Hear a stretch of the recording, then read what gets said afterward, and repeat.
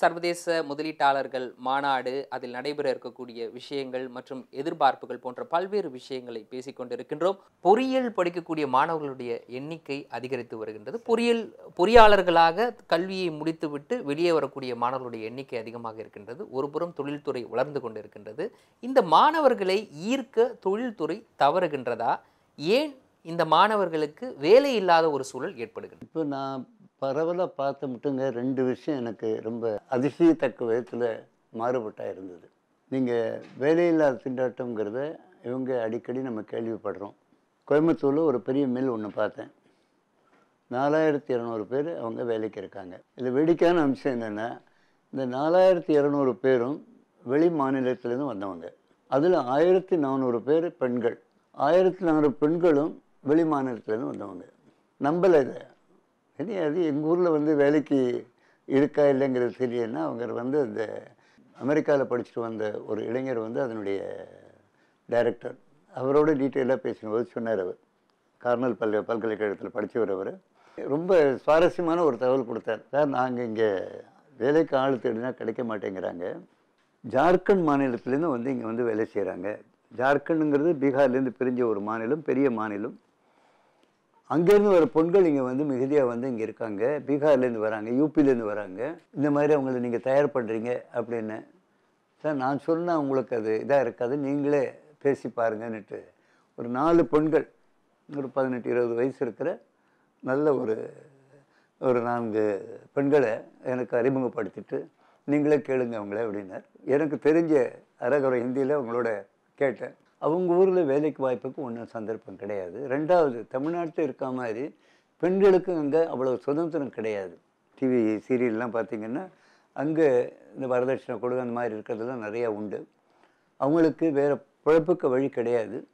Textile இண்டஸ்ட்ரியில் இதுக்கு நல்ல ஒரு சந்தர்ப்பம் கிடைக்கிறதுன்னு கேள்விப்பட்டு இங்கே வேலை செய்கிறவங்க சொல்லி, இங்கே இருக்கிற சில தொண்டு நிறுவனங்கள் சொல்லி அங்கேருந்து தைரியமாக இங்கே வந்திருக்கிறாங்க. அவங்க 4 பேரும் கேட்டபோது சொன்னாங்க, இங்கே எப்படி இருக்கீங்க, நீங்கள் உங்களுக்கு பாதுகாப்பாக இருக்கீங்களா, சௌகரியமாக இருக்குதா அவங்க வேலை, உங்களுக்கு பயமாக இல்லையா, இங்கேயோ ஒரு 2000 கிலோமீட்டர் தள்ளி வந்து இருக்கிறது உங்களுக்கு வந்து ஒரு பயமாக இல்லையா? எங்கள் வீட்டில் நம்ம குழந்தைகளை கேட்குற மாதிரி கேட்டேன். அந்த பெண்கள், எங்களுக்கு ரொம்ப பாதுகாப்பாக இருக்குங்க, எங்களுக்கு ஒன்றும் பிரச்சனை கிடையாது, இங்கே எங்களுக்கு 7000-8000 ரூபாய்க்கு மேலே வருமானம் கிடைக்கிறது, எங்கள் ஊரில் அதுக்கு வழியே கிடையாது, இங்கே எங்களுக்கு நல்ல முறையில் அவங்க எப்படி பண்ணணும்னு பயிற்சி எடுக்கிறாங்க. சரிம்மா, எங்கே தங்குறீங்க அப்படின்னு கேட்டால் இன்னொரு சுவாரஸ்யமான தகவல் கிடச்சிது. நம்ம ஊரில் கிராமப்புறங்களில் நிறைய வீடுகள் காலியாக இருக்குது. முதல்ல இவங்களை ஹாஸ்டல் மாதிரி பண்ணியிருந்தாங்களாம். அதெல்லாம் போகிறல, அதில் ஒரே மாதிரி ஒரே குடியிருப்பு இருக்காங்க, வீட்டில் இருக்க மாதிரி ஒரு சூழ்நிலை இல்லைங்கிறதுனால பல கிராமங்களில் அப்படியே நிறையா வீடுகள் கிடைக்கிறது. 1000 ரூபா 1500 ரூபா வாடகை கொடுத்தீங்கன்னா சந்தோஷமாக அங்கே வந்து குடியிருக்கிறதுக்கு இடம் கொடுக்குறாங்க. அது மாதிரி சில கிராமங்களை காமிச்சு இந்த கிராமங்களில் உங்களை குடியேற்றிருக்கிறோம். யோஜனைப்படி பார்த்தேன். ஒரு 5-10 வருஷம் கழித்து பார்த்தீங்கன்னா இங்கே ஒரு கிராமம் முழுக்க வடக்கு ஹிந்தி பேசுகிற பசங்க வந்து, வட இந்தியர்கள் மட்டும் இருக்கக்கூடிய கிராமங்கள் உருவாகக்கூடிய சூழல், அந்த குழந்தைகள் தமிழில் படித்து வாய்ப்பு இருக்கின்றது. அதற்கான அதையும் கேட்டேன். அந்த குழந்தைங்களாம் எப்படி அந்த மாதிரி சின்ன பசங்களாக இருந்தால் என்ன பண்ணுவாங்கன்னா, கவர்மெண்ட் ஸ்கூலில் சேர்க்குறாங்க, தமிழ் கற்றுக்குறாங்க, அப்படி இவங்களுக்கு தெரியாது தமிழ். இதே இன்னும் அதை ஒரு விவரம் சொல்கிறேன் பாருங்கள். இதே மாதிரியான ஒரு அனுபவம் எனக்கு தூத்துக்குடியில் கிடைச்சிது.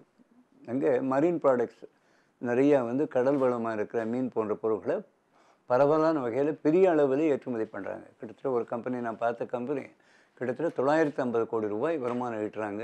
இது எக்ஸ்போர்ட் அமெரிக்கா வளர்ச்சி அடைந்த நாடுகளுக்கு.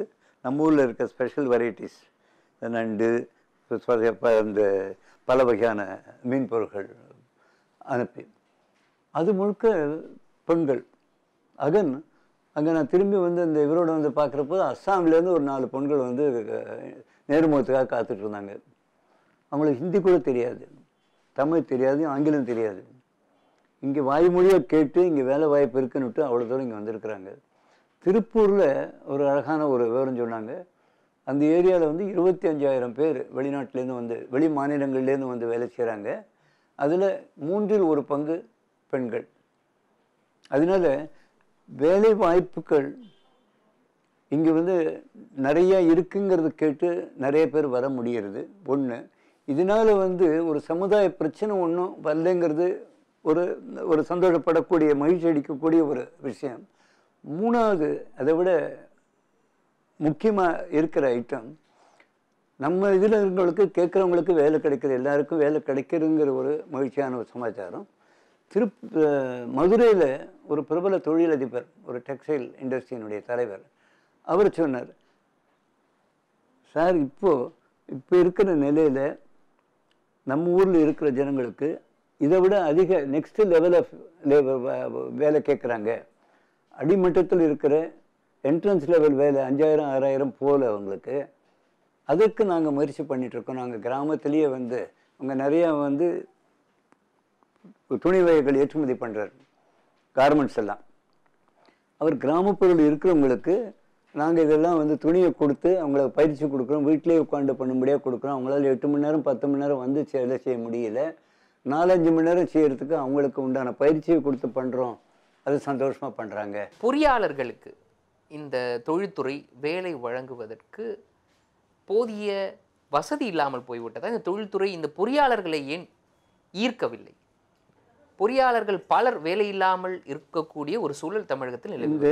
இந்த 2 பிரச்சனை வருதுங்க. ஒன்று, எல்லாரும் வந்து ஐடி இண்டஸ்ட்ரியில் வேலை கிடைக்கும் அப்படிங்கிற ஆர்வத்தில் எல்லாரும் ஐடியில் போய் விடுறாங்க. ஐடி இண்டஸ்ட்ரி ஓரளவு ஒரு சமயத்துக்கு 1000 பேர் 2000 பேர் எடுக்கிறாங்க, 5000 பேர் 10,000 பேர் எடுக்கிறாங்க. அவங்களும் உலகளாவிய இடத்துல பார்க்குற போது ஒரு முன்னால் வந்த ஒரு அளவு வலிச்சு இப்போ இல்லைங்கிற மாதிரி கொஞ்சம் தேக்கம் வருது. இப்போ எல்லாரும் மெக்கானிக்கல் இன்ஜினியரிங் படித்தோம்னா அதை விட்டுட்டு ஐடி படிக்கிறேன்னு போகிறாங்க, எலக்ட்ரிக்கல் இன்ஜினியரிங் படிக்கிறோன்னா ஐடி படிக்கிறேன்னு போகிறாங்க, அதை விட்டுட்டு. அந்த மாதிரி எல்லாரும் ஒரே இதில் போகிறதுனால இந்த ஒரு பிரச்சனை வருது. ரெண்டாவது, நம்ம கல்லூரிகளில் ஒரு 2 லட்சம் பேர் 3 லட்சம் பேர் இன்ஜினியர் தயார் பண்ணுறாங்கன்னு வச்சுங்க. எல்லாம் ஒரே தரத்தில் இருக்கிறதில்ல. தலைமட்டத்தில் இருக்கிற, உயர் மட்டத்தில் இருக்கிற ஒரு 50 கல்லூரிகள் 100 கல்லூரிகள் ரொம்ப அற்புதமான முறையில் பசங்களை தயார் பண்ணுறாங்க. ஆனால் எல்லாருக்கும் இன்ஜினியரிங் கல்லூரி வைக்கணும் அப்படிங்கிற ஒரு ஆர்வத்தில் எல்லாம் பண்ணுற போது கீழ் மட்டத்தில் இருக்க ஒரு 100 இன்ஜினியரிங் காலேஜில் படிக்கிறவங்க பசங்களுக்கு உண்டான தேர்ச்சி கிடைக்க மாட்டேங்கிறது. அதனால் அவங்களுக்கு ஒரு தகுந்த ஒரு ஸ்கில்ஸ் டெவலப்மெண்ட்டுக்கோ இதுக்கோ மாற்றுதலுக்கோ நம்ம வழி பண்ணலைன்னா இந்த நிலை தொடரும்.